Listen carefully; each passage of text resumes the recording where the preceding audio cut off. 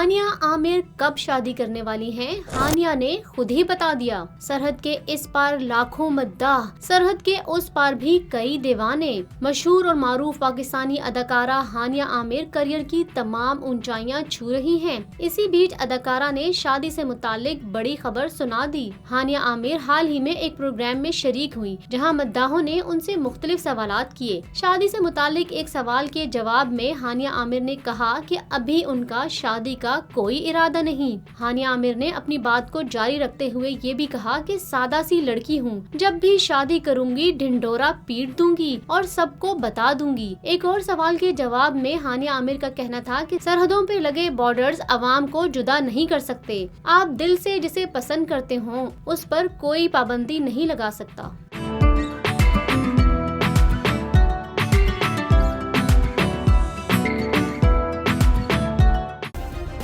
Subscribe करें और bell दबाएं ताकि कोई खबर रह न जाए।